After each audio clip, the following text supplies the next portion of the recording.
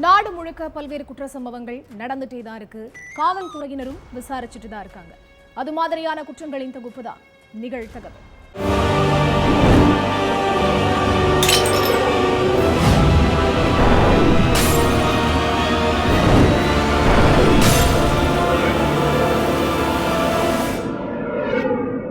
நிகழ்தகவு. 20 லட்சம் ரூபாயை வீட்டில் வைத்திருந்த மளிகை கடைக்காரர் மறுநாள் காலையில் எழுந்து பார்த்தபோது வீட்டில் இருந்த பணம் மாயம். வீடு முழுவதும் தேடியும் பணம் கிடைக்காததால் காவல் நிலையத்தில் புகார். போலீஸ் விசாரணையில் சிக்கிய மளிகை கடைக்காரரின் மகள். காதலனுக்கு காஸ்ட்லி கார் வாங்கி கொடுப்பதற்காக பெற்ற தந்தைக்கே விபூதி அடித்த மாணவி.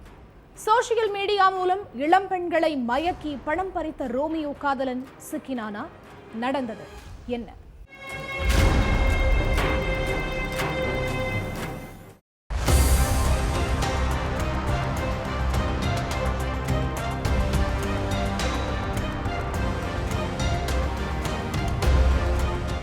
சென்னை பூந்தமல்லியை அடுத்து இருக்கிற குமணஞ்சாவடியை சேர்ந்த மளிகை கடைக்காரர் ஒருத்தர் 20 லட்சம் ரூபாய் பணத்தை வீட்டுல வச்சிருந்திருக்காரு. மறுநாள் காலையில எழுந்திருச்சு பார்த்தப்போ வீட்டுக்குள்ள இருந்த பணம் காணாம போயிருக்கு.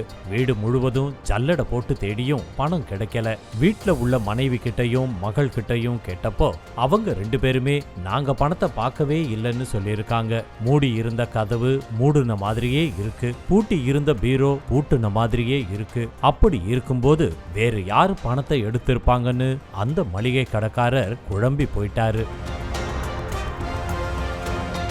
எவ்வளவு தேடியும் பணம் கிடைக்காததால மளிகை கடைக்காரர் பூந்தமல்லி போலீஸ் ஸ்டேஷன்ல கம்ப்ளைண்ட் கொடுத்திருக்காரு. அந்த புகார் சம்பந்தமா போலீஸும் விசாரணையில இறங்கி இருக்காங்க. வீட்டை சுத்தி உள்ள சிசிடிவி கேமராவை வச்சு பார்த்தப்போ வெளியாட்கள் யாரும் வீட்டுக்குள்ள வரலங்கிறது உறுதியாயிருக்கு. அப்போ வீட்டுல உள்ள யாரோ தான் பணத்தை எடுத்திருக்காங்கன்னு முடிவு பண்ண போலீஸ் 3 பேர்ல யாரு பணத்தை எடுத்தாங்கன்னு கண்டுபிடிக்க 3 பேர்கிட்டையும் தனித்தனியா விசாரிச்சிருக்காங்க. அதுல மளிகை கடைக்காரரோட பொண்ணு மேலதான் போலீஸுக்கு சந்தேகம் வந்திருக்கு. மளிகை கடைக்காரரை கூப்பிட்டு எங்களுக்கு உங்க பொண்ணு மேலதான் சந்தேகமா இருக்குன்னு சொல்ல, அதுக்கப்புறம் அவரு பொண்ணோட செல்போனை எடுத்து செக் பண்ணி பார்த்திருக்காரு. மகளோட செல்போனை பார்த்த தந்தை அடுத்த கொஞ்ச நேரத்திலேயே தன் உயிரை மாய்ச்சிக்க முயற்சி பண்ணியிருக்காரு. அதை தடுத்து நிறுத்தின மனைவி இப்போ தற்கொலை பண்ணிக்கிற அளவுக்கு என்னாச்சுன்னு கேட்க, உன் மகளோட செல்போனை எடுத்து பாரு, அப்பதான் உனக்கு எல்லாமே புரியும்னு கோபமா கத்தியிருக்காரு. மளிகை கடைக்காரரோட 19 வயது மகள் மதுரை வாயில்ல உள்ள ஒரு காலேஜில் படிச்சுக்கிட்டு இருக்காங்க. அதே காலேஜில் திருத்தணியை சேர்ந்த புருஷோத்தமன்கிற மாணவனும் படிச்சிருக்கான். காஸ்ட்லி பைக்ல வீலிங் பண்றது, டிசைனா ரீல்ஸ் பண்றது, அதுக்கப்புறம் இதையெல்லாம் இன்ஸ்டாகிராம்ல போஸ்ட் போடுறதுன்னு புருஷோத்தமன் தன்னை பாலிவுட் பட ஹீரோ மாதிரி பில்டப் பண்ணியிருக்கான். இன்ஸ்டாகிராம்ல புருஷோத்தமனோட வீடியோஸை பார்த்து மயங்கின மாணவி அவன் விரிச்ச காதல் வலையில விழுந்திருக்காங்க. புருஷோத்தமனை மகா உத்தமன்னு நம்பி மாணவி அன்பை பொழிஞ்சிருக்காங்க. இத தனக்கு சாதகமா பயன்படுத்திக்கிட்ட புருஷோத்தமன் அடிக்கடி அந்த பொண்ணு கிட்ட இருந்து பணத்தை கறந்திருக்கான். காதலன் கேட்கிறானேன்னு மாணவியும் வீட்டுக்கு தெரியாம 1000 2000ன்னு அள்ளி கொடுத்திருக்காங்க. அது மட்டும் இல்ல, தன்னுடைய பைக்ல உட்கார வச்சு பல இடங்களுக்கு கூட்டிட்டு போய் அந்த பொண்ணை மது குடிக்க வச்சு அதுக்கப்புறம் 2 பேரும் தனிமையில இருந்ததா சொல்லப்படுது. ஒரு நாள் காதலர்கள் இருவரும் பைக்ல போய்கிட்டு இருந்தப்ப எத்தனை நாள் தான் நாம பைக்லயே போய்கிட்டு இருப்போம், லைஃப்ல அடுத்த கட்டத்துக்கு போக வேண்டாமான்னு புருஷோத்தமன் சொல்ல, அதுக்கு என்ன பண்ணலாம்னு அந்த மாணவி கேட்க, சூப்பர் கார் ஒண்ணு வாங்கணும்னு நைஸா கொக்கி போட்டிருக்கான். காதலனோட ஆசையை நிறைவேற்றணும்னு முடிவு பண்ண மாணவி தன்னுடைய அப்பா வச்சிருந்த 20 லட்சம் ரூபாய் பணத்தை திருடி காதலன் கிட்ட கொடுத்திருக்காங்க. அந்த காசை வாங்கின புருஷோத்தமன் பணத்தை தன்னோட அண்ணன் சரவணன் கிட்ட கொடுத்திருக்கான். பணம் கிடைச்ச அடுத்த செகண்டே சரவணன் நேரா கார் ஷோரூமுக்கு போய் காரை புக் பண்ணியிருக்கான். அது மட்டும் இல்ல, ஷோரூம்ல வச்சு பணத்தை ஸ்டைலா எண்ணுறதையும் காரை புக் பண்றதையும் வீடியோ எடுத்து எடிட் பண்ணி ஏதோ உழைச்சு வாங்கின காசுல கார் வாங்குற மாதிரி இன்ஸ்டாகிராம்ல போஸ்ட் போட்டிருக்கான். மகளோட செல்போன் சேட்டிங்கை வச்சு தான் இந்த அத்தனை விஷயத்தையும் தந்தை கண்டுபிடிச்சிருக்காரு. பெத்த மகள் பண்ண விஷயத்தையெல்லாம் செல்போனை பார்த்து தெரிஞ்சுக்கிட்ட தந்தை உடனே உயிரை மாய்ச்சிக்க முயற்சி பண்ணியிருக்காரு. வீட்ல இருந்த அவருடைய மனைவி தான் தற்கொலை முயற்சியை தடுத்து நிறுத்தி இருக்காங்க. கண்கட்ட பிறகு சூரிய நமஸ்காரம்னு சொல்ற மாதிரி 20 லட்சம் ரூபாய் பணத்தை காதலன் கிட்ட கொடுத்ததுக்கு அப்புறம் தான் புருஷோத்தமனை பத்தின உண்மை மாணவிக்கு தெரிய வந்திருக்கு. லெப்ட் சைடுல ஒரு பொண்ணு, ரைட் சைடுல ஒரு பொண்ணு, நடுவுல புருஷோத்தமன் நிக்கிற மாதிரியான ஒரு போட்டோவை மாணவி பார்த்து ஷாக் ஆகியிருக்காங்க. அது மட்டும் இல்ல, புருஷோத்தமன் பல பெண்கள் கூட நெருக்கமா இருந்த போட்டோக்களும் அவங்க கூட பைக்ல போற போட்டோக்களும் மாணவியின் கையில சிக்கி இருக்கு. அதுக்கப்புறம் அவனை பத்தி விசாரிச்சப்பதான் இன்ஸ்டாகிராம், ஸ்னாப்சாட் மூலமா பல பொண்ணுங்க கிட்ட ஆசையா பேசி மயக்கி தன்னுடைய இச்சைக்கு இணங்க வச்சு அதுக்கப்புறம் அவங்க கிட்ட இருந்தே பணத்தை பறிச்சு சொகுசு வாழ்க்கை வாழ்ந்துகிட்டு வந்த விஷயமும் தெரிய வந்திருக்கு.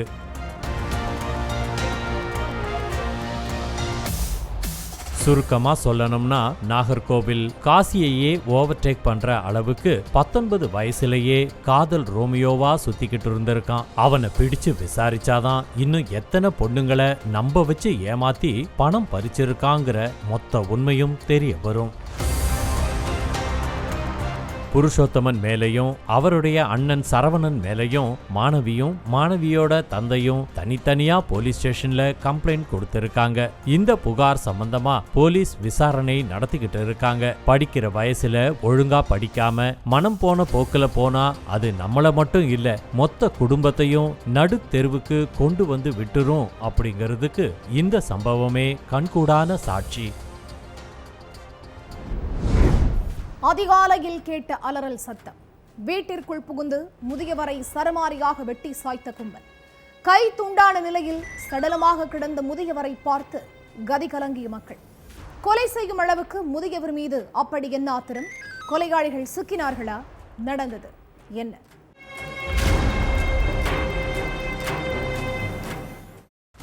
அதிகாலையில 3 மணி இருக்கும். லேசா மழை பெஞ்சுகிட்டு இருக்கு. சில வீடுகள்ல கரண்ட் இல்ல. அந்த நேரத்துல ஊத்துமலை பவுண்ட் தொழு தெருவுல உள்ள ஒரு வீட்ல இருந்து முதியவருடைய அலறல் சத்தம் கேக்குது.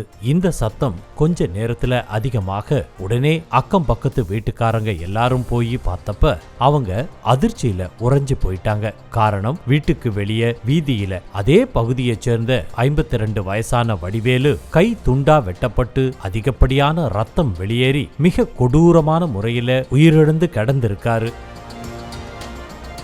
என்னாச்சு ஏதாச்சுன்னு குழம்பி போய் பார்த்தவங்களுக்கு அங்க இருந்த 3 பேரை பார்த்த பிறகுதான் காரணமே தெரிய வந்திருக்கு. உடனே போலீஸுக்கு போன் போக ஸ்பாட்டுக்கு வந்த போலீஸ்காரங்க உயிரிழந்த வடிவேலு உடலை ஆம்புலன்ஸ்ல ஏத்தி தென்காசி அரசு மருத்துவமனைக்கு பிரேத பரிசோதனைக்காக அனுப்பி வச்சுட்டு விசாரணையில இறங்குனாங்க. அப்பதான் கொலைக்கான முக்கிய காரணம் என்னங்கிறது போலீஸுக்கு தெரிய வந்துச்சு.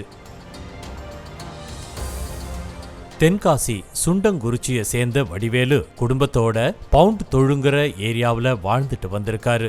அதே தெருவுல 10 வருஷமா பூக்கடை வச்சு பிழப்பு நடத்திக்கிட்டு வந்த வடிவேலுவுக்கும் அந்த இடத்திலேயே கடைய வச்சிருக்கிற கார்த்திக்குங்கிற இளைஞருக்கும் கொஞ்ச நாளா தகராறாவே இருந்திருக்கு. இதனால 2 பேருக்கும் இடையில அப்ப இருந்து பகை உருவாகி இருக்கு. அந்த பகை அப்பப்போ வாய் சண்டை மூலமா புகஞ்சுக்கிட்டே இருந்திருக்கு. சில தினங்களுக்கு முன்னால காய்கறி வாங்கறதுக்காக மார்க்கெட்டுக்கு போயிருக்காங்க வடிவேலுவும் அவருடைய மனைவியும். அப்போ அங்க வழியில நின்னுகிட்டு இருந்த கார்த்திக்க பார்த்து வடிவேலு திட்டிக்கிட்டே போயிருக்காருன்னு சொல்லப்படுது. அப்போ அமைதியா பார்த்துக்கிட்டு இருந்த கார்த்திக் வடிவேலுவும் அவருடைய மனைவியும் திரும்ப வரும்போது அவங்கள பார்த்து தகாத வார்த்தைகளால திட்டுனதா சொல்லப்படுது.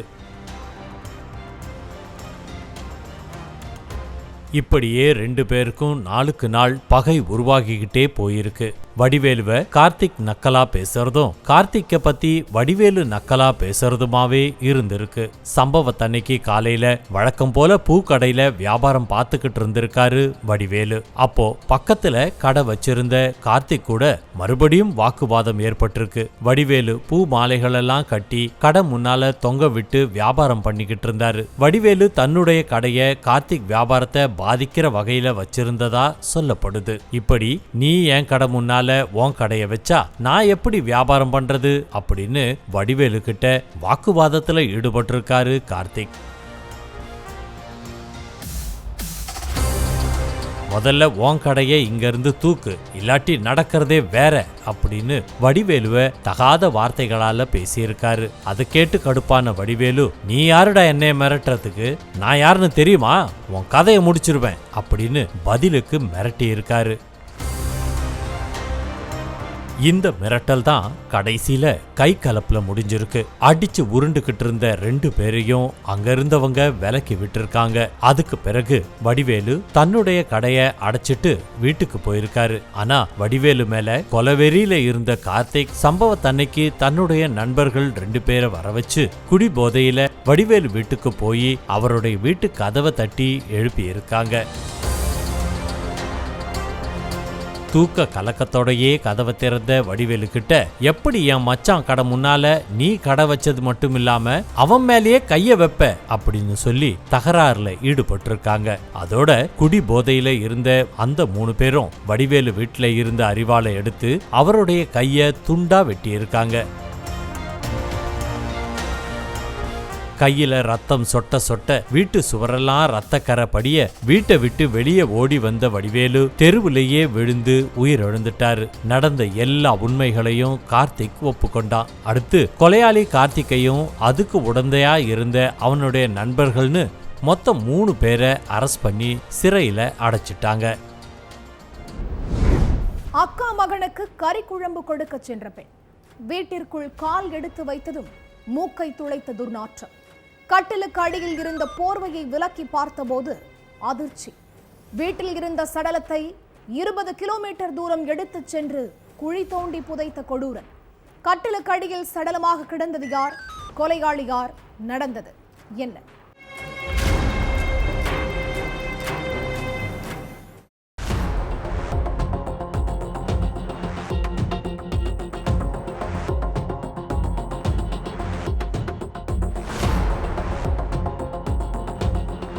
இரவு நேரம் வீட்டில் செஞ்ச கறி குழம்ப பக்கத்து தெருவில் இருக்கிற தன்னுடைய அக்கா மகன் வினோத்துக்கு கொடுக்கறதுக்காக போயிருக்காங்க சரஸ்வதி. ரொம்ப நேரம் வாசல்ல நின்னு வினோத் வினோத்னு கூப்பிட்டு இருக்காங்க. ஆனா வீட்டுக்குள்ள இருந்து எந்த சத்தமும் வரல. இப்படி குரல் கொடுக்கறோம், எந்த பதிலும் வரலையே, ஒருவேளை வழக்கம் போல கதவை திறந்து போட்டுட்டு தூங்கிக்கிட்டு இருக்கானோ அப்படின்னு உள்ள போய் பார்த்திருக்காங்க. அங்க வினோத் இல்ல. அப்போ வீட்டுக்குள்ள கால் எடுத்து வச்சதுமே லேசா வீசிய துர்நாற்றம் கொஞ்ச நேரத்துல கடுமையா வீசி இருக்கு. என்ன இப்படி ஸ்மெல் வருது, எலி ஏதாச்சும் செத்து கிடக்கா அப்படின்னு வீடு முழுக்க ஆராய்ஞ்ச சரஸ்வதிக்கு கட்டிலுக்கு அடியில இருந்த கோர காட்சியை பார்த்ததும் கை காலெல்லாம் நடுநடுங்கி வேர்த்து கொட்டி இருக்கு. ஏன்னா கட்டிலுக்கு அடியில பெண் ஒருத்தங்க அழுகிய நிலையில 2 கண்ணும் வெளியில வந்து மிக கொடூரமான முறையில உயிரிழந்து கடந்திருக்காங்க. அதை பார்த்ததும் அங்கிருந்து தலைதெறிச்சு ஓடுன சரஸ்வதி அதே தெருவுல இருக்கிற பாஸ்டர் கிட்ட போயிட்டு வினோத் வீட்டுல ஒரு சடலத்தை பார்த்ததா சொல்லியிருக்காங்க.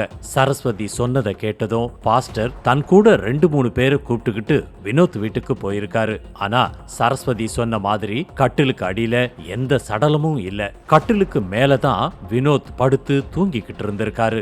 என்னமா நீ ஏதோ பெண்ணோட சடலம் இருக்குதுன்னு சொன்ன, இங்க வந்து அந்த மாதிரி எதுவும் இல்லையே, தூக்கத்துல ஏதாச்சும் கனவு கண்டியா அப்படின்னு கேட்டுட்டு அங்க இருந்து கிளம்பி இருக்காங்க. இருந்தாலும் அவங்களுக்கு மனசோரமா ஒரு டவுட் இருந்ததால வீட்டை கேஷுவலா சுத்தி பார்த்திருக்காரு. அப்போ வீட்டுக்கு சைடுல உள்ள செவுத்துல ரத்தமா இருந்திருக்கு. அங்க நிறைய தலைமுடியும் இருந்திருக்கு. சரஸ்வதி சொன்ன மாதிரியே இங்க ஏதோ வில்லங்கம் நடந்திருக்குது அப்படிங்கறத புரிஞ்சுக்கிட்ட பாஸ்டர் உடனடியா போலீஸுக்கு தகவல் கொடுத்திருக்காரு.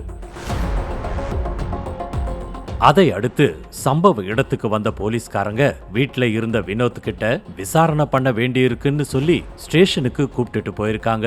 என்கிட்ட என்ன விசாரணை பண்ணணும், நான் என்ன தப்பு பண்ணேன் அப்படின்னு கேட்டிருக்காரு வினோத். உங்க வீட்டுல ஒரு பெண்ணோட டெட் பாடி இருந்ததுன்னு உங்க பெரியம்மா கம்ப்ளைண்ட் கொடுத்திருக்காங்கன்னு சொல்லி இருக்காங்க காவலர்கள். என்னது டெட் பாடியா, என் வீட்லயா? இவங்க ஏதோ உங்ககிட்ட உளறி இருக்காங்க சார், நீங்களும் என்ன ஏதுன்னு கேட்காம உடனே விசாரிக்க வந்துட்டீங்க அப்படின்னு நக்கலா பேசியிருக்காரு இருக்காரு வினோத். அப்போ வீட்டு வாசல்ல இருந்த ரத்தத்தையும் தலை முடியையும் காட்டி இது என்னன்னு போலீஸ்காரங்க கேட்கவே வினோத்துக்கு தலையிலிருந்து கால் வரைக்கும் வேர்த்து கொட்டி இருக்கு. இங்க வச்சு விசாரணை பண்ணா சரிப்பட்டு வராதுன்னு வினோத்தை ஸ்டேஷனுக்கு தூக்கிட்டு போய் கவனிக்க வேண்டிய விதத்துல கவனிச்சிருக்காங்க. அதுலதான் வினோத் வீட்டுல நடந்த மர்மம் வெளிச்சத்துக்கு வந்து திடுக்கிட வச்சிருக்கு. கேரள மாநிலம் பனச்சமூடுல இருக்கிற வெள்ளரடை தான் வினோத்துக்கு சொந்த ஊரு. இவருக்கு கல்யாணமாகி மனைவி கூட ஏற்பட்ட கருத்து வேறுபாட்டால தனியா வந்து வாழ்ந்துகிட்டு இருக்காரு. இதுக்கு நடுவுல அதே ஏரியாவுல இருக்கிற பிரியம்பதாங்கிற பெண்ணுக்கும் வினோத்துக்கும் இடையில பழக்கம் ஏற்பட்டிருக்கு. இந்த பழக்கம் நாளடைவுல தகாத உறவா மாறியிருக்கு. அதே போல பிரியம்பதாவும் கணவன் கூட ஏற்பட்ட கருத்து வேறுபாட்டால தனியா வந்து வாழ்ந்துகிட்டு இருக்காங்க. இவங்களோட 2 பொண்ணுமே திருமணம் ஆகி வெளியூர்ல செட்டில் ஆகிட்டாங்க. இதுக்கு நடுவுல தான் வினோத்துக்கும் பிரியம்பதாவுக்கும் இடையில நெருக்கம் ஏற்பட்டிருக்கு. 2 பேரும் பல இடங்களுக்கு போய் அடிக்கடி தனிமையில இருந்ததா சொல்லப்படுது. அப்படி இருக்கும்போது செலவுக்காக கள்ள காதலியான பிரியம்பதா கிட்ட இருந்து கடனாக 70,000 ரூபாயை வாங்கியிருக்காரு.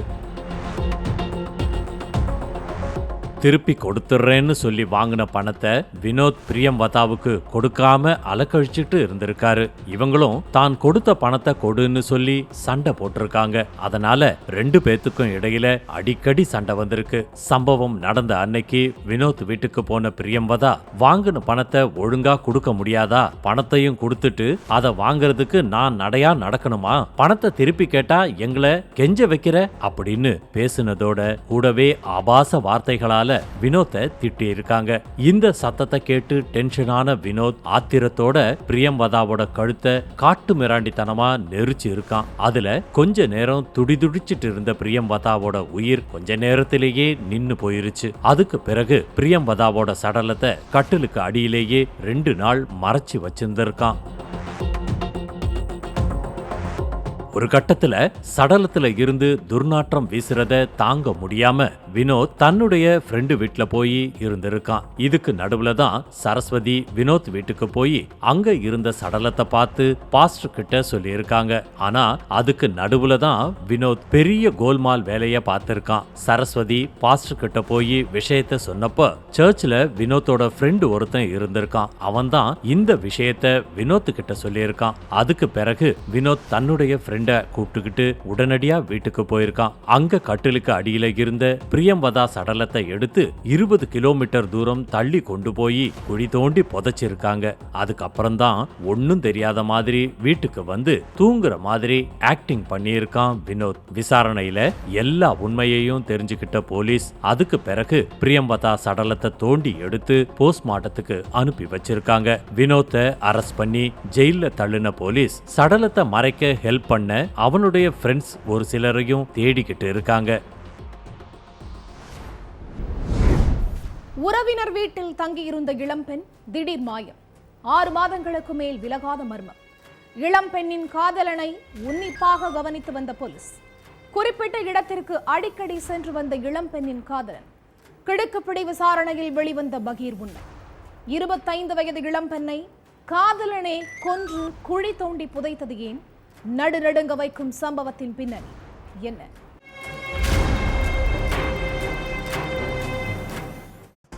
சொந்தக்காரங்க வீட்டுல இருந்த 25 வயது இளம் பெண் மதுஸ்ரீய காணோம்னு பெத்தவங்க போலீஸ் ஸ்டேஷன்ல கம்ப்ளைண்ட் கொடுத்தாங்க.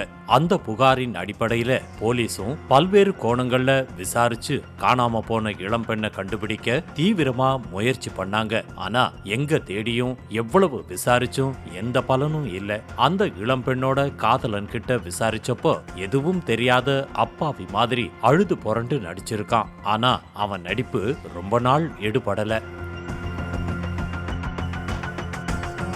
கர்நாடக மாநிலம் கட்டாக் நகரத்துக்கு பக்கத்துல உள்ள நாராயணபுரா கிராமத்தை சேர்ந்த சதீஷும் அதே கிராமத்தை சேர்ந்த மதுஸ்ரீங்கிற இளம் பெண்ணும் கடந்த 6 வருஷமா ஒருத்தர் காதலிச்சிருக்காங்க. இவங்களுடைய காதல் விவகாரம் மதுஸ்ரீயோட பெற்றவங்களுக்கு தெரிஞ்சு வீட்டுல பிரச்சனை வந்திருக்கு. சதீஷ் பெட்ரோல் பங்க்ல வேலை செய்யறத ஸ்டேட்டஸ் பிரச்சனையா நினைச்ச மதுஸ்ரீயோட பெற்றோர் இவங்க காதலுக்கு சிவப்பு கொடி காட்டுனது மட்டும் இல்லாம மதுஸ்ரீய பக்கத்து ஊர்ல உள்ள உறவினர் வீட்டுக்கு அனுப்பி வச்சிருக்காங்க.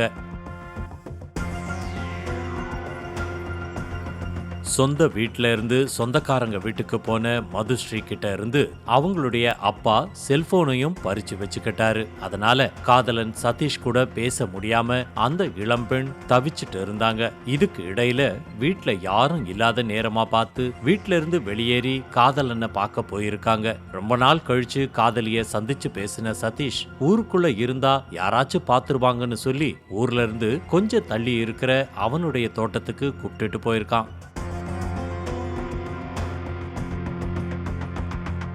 ஆள் நடமாட்டம் இல்லாத தோட்டத்துல வச்சு காதலர்கள் பேசிக்கிட்டு இருந்திருக்காங்க. அப்போ எங்க வீட்டுல பிரச்சனை பெருசாகிக்கிட்டே போகுது, இந்நேரம் என்ன காணோன்னு எல்லாரும் தேடிக்கிட்டு இருப்பாங்க. நான் இப்போ திரும்பி வீட்டுக்கு போனா கண்டிப்பா என்ன வேறு யாருக்காச்சும் பிடிச்சு கட்டி வச்சிருவாங்க. இப்பவே நாம எங்கேயாச்சும் போய் கல்யாணம் பண்ணிக்கலாம் அப்படின்னு காதலன் சதீஷ் கிட்ட சொல்லியிருக்காங்க மதுஸ்ரீ.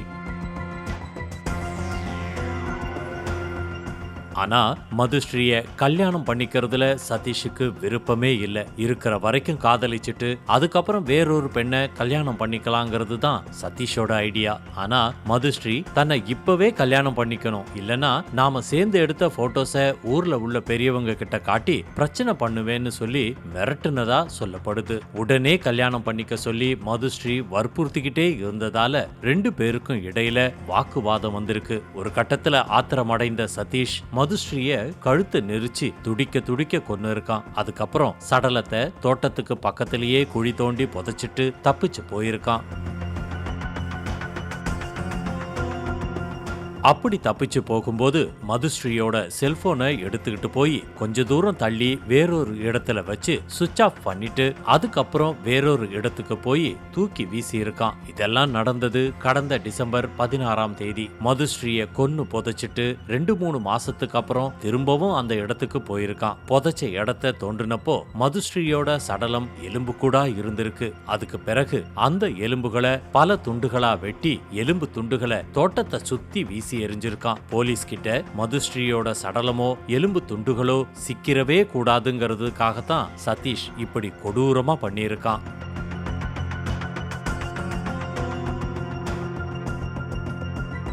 மதுஸ்ரீ காணாம போய் 1 மாதத்துக்கு அப்புறம், அதாவது ஜனவரி 12ஆம் தேதி தான் போலீஸ் ஸ்டேஷன்ல கம்ப்ளைண்ட் கொடுத்திருக்காங்க. போலீஸ் விசாரிச்சதுல டிசம்பர் 16ஆம் தேதி மதுஸ்ரீயையும் சதீஷையும் ஒரே இடத்துல வச்சு பார்த்ததா அந்த கிராமத்தை சேர்ந்த ஒருத்தர் சொல்லியிருக்காரு. அதுக்கு பிறகு போலீஸ் சதீஷை கூட்டிட்டு போய் விசாரிச்சப்போ ஹதலகேரி ஊர் விளக்குல மதுஸ்ரீய டிராப் பண்ணிட்டு நான் கிளம்பி போயிட்டேன், அதுக்கப்புறம் அவங்க எங்க போனாங்கன்னு தெரியாது அப்படின்னு சொல்லியிருக்கான். கரெக்டா அந்த இடத்துல வச்சுதான் மதுஸ்ரீயோட செல்போனையும் சுவிட்ச் ஆஃப் பண்ணியிருக்கான்.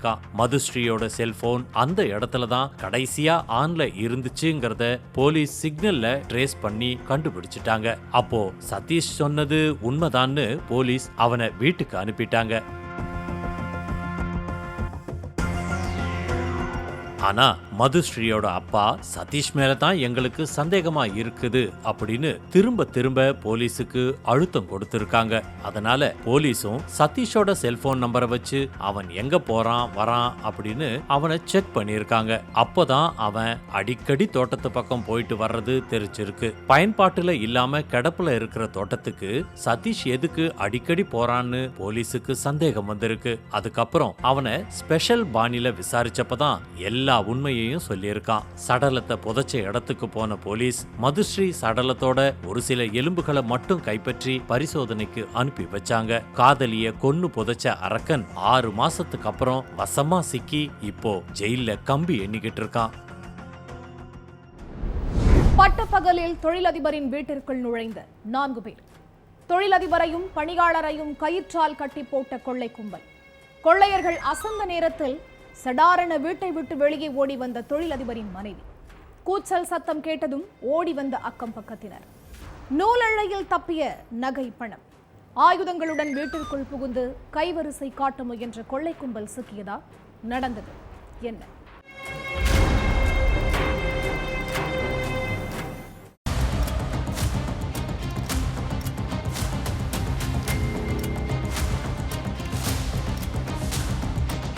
மதிய நேரம் ஒரு அம்மா நடு ரோட்ல நின்னுகிட்டு ஹெல்ப் ஹெல்ப்னு கத்திக்கிட்டு இருந்திருக்காங்க. அவங்க கத்துறத பார்த்ததும் அக்கம் பக்கத்துல இருந்தவங்க, என்னாச்சு, ஏன் இப்படி கத்துறீங்க மேடம்னு கேட்டிருக்காங்க. என்னோட கணவரை 4 பேரு கட்டி வச்சு நகை பணத்தை கொடுக்கலன்னா கொலை பண்ணிடுவேன்னு மிரட்டிட்டு இருக்காங்கன்னு ஒரு பதட்டத்தோடவே சொல்லியிருக்காங்க. உடனே அங்க இருந்தவங்க அந்த அம்மா வீட்டை நோக்கி ஓடி வர அதை பார்த்த கொள்ளை கும்பல் அங்க இருந்து தலைதெறிச்சு தப்பிச்சு ஓடி இருக்காங்க. தகவல் தெரிஞ்சு போலீஸ் வந்து விசாரிச்சப்பதான் பட்ட பகல்ல கொள்ளை கும்பல் பண்ண பகீர் சம்பவத்தை பத்தி தெரிஞ்சிருக்கு.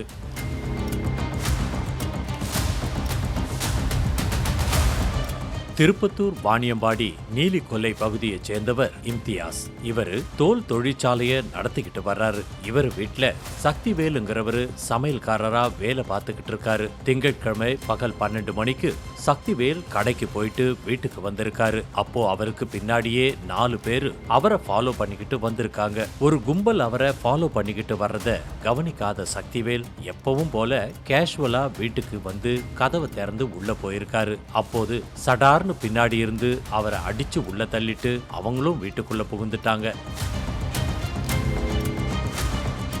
டேய், யாரா நீங்கெல்லாம், என்ன வேணும் உங்களுக்கு அப்படின்னு கத்தி இருக்காரு சக்திவேல். அப்போ என்ன சத்தம்னு இம்தியாசும் அவருடைய மனைவியும் வந்து பார்த்திருக்காங்க. இம்தியாச வீட்டுக்குள்ள தள்ளி விட்ட அந்த கும்பல் அவரையும் சக்திவேலையும் கட்டி போட்டுட்டு பீரோ சாவி எங்க வச்சிருக்கீங்கன்னு கேட்டு மிரட்டல் விட்டுருக்காங்க. உயிருக்கு பயந்து இம்தியாசும் பீரோ சாவியை எடுத்து கொடுத்திருக்காரு. அதுக்கு பிறகு அந்த கொள்ளை கும்பல் பீரோவுல இருந்த துணிமணிகள் எல்லாத்தையும் வெளியே இழுத்து போட்டு கொள்ளையில ஈடுபட்டிருக்காங்க. இதுக்கு நடுவுல இம்தியாஸோட மனைவி வீட்ல இருந்து ஓடி வந்து அக்கம் பக்கத்துல உள்ளவங்களை சத்தம் போட்டு கூப்பிட்டிருக்காங்க. மக்கள் கூடுறத பார்த்ததும் கொள்ளை கும்பல் அங்கிருந்து தலைதெறிச்சு ஓடி இருக்காங்க. நகைகள் ஏதும் கையில சிக்காததால வீட்ல இருந்த விலை உயர்ந்த செல்போனை தூக்கிட்டு எஸ்கேப் ஆகியிருக்கு அந்த கும்பல்.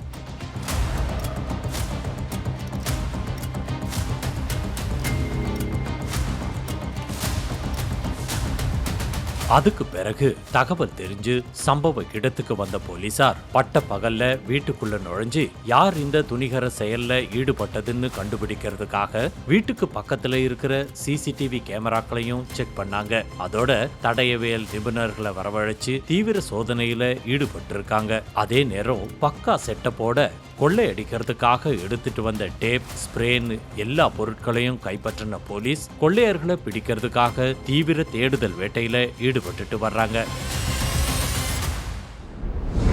ஒவ்வொரு குற்றங்களின் முடிவும் சட்டத்தின் கையில். விசாரணை தொடரும். பார்க்கலாம் அடுத்த நிகழ்த்தகவை.